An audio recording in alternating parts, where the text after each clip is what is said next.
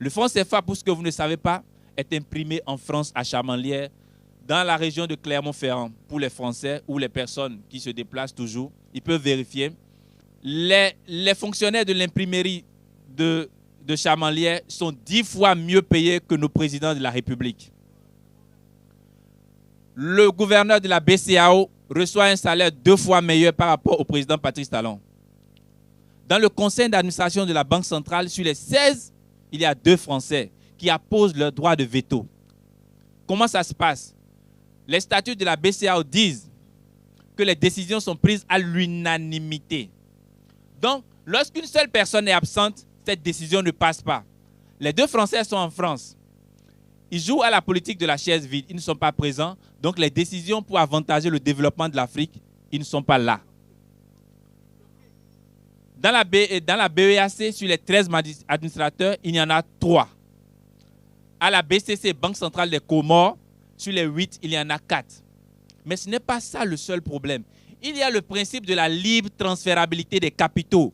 Au nom de ce principe, Bolloré peut faire des bénéfices ce matin, les rapatrier le soir par Air France, sans qu'aucune restriction légale ne le contrôle. Le fait que le franc CFA soit imprimé en France, je voudrais vous poser une question. Êtes-vous sûr que le candidat Lionel Zisso a travaillé pour avoir le franc CFA ou c'est Chamanlière qui lui a produit du franc CFA pour financer sa campagne?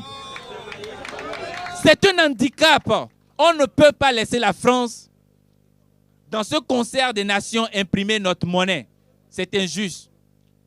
Au cas où les autres ne sont pas prêts, nous, on fait cavalier seul parce que la Suisse, je dis bien la Suisse, qui n'a que la pluie et le vent comme matière première à une monnaie.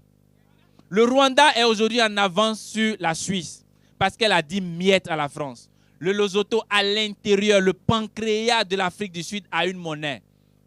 Comme le disait M. Cissé, la Gambie a une monnaie, Djibouti a une monnaie. Des pays qui ont 800 000 habitants, nous sommes à 10 millions. Dans 2 ans, nous serons à 15 millions. L'imbécile nous demande de réduire nos naissances. Alors que lui-même, non, il y a un autre encore parmi nous. Lui-même, Awida, son père, son aïeux, avait enceinté des milliers de femmes pour mettre en place une famille. Et cet imbécile nous dit qu'il faut réduire les naissances au sein de la CEDEAO, c'est un bâtard.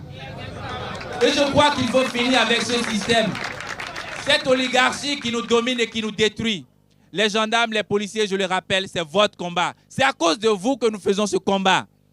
Les travailleurs de la présidence, les travailleurs au niveau du palais de justice, c'est pour vous que nous faisons ce combat. Parce que vous êtes mal payés.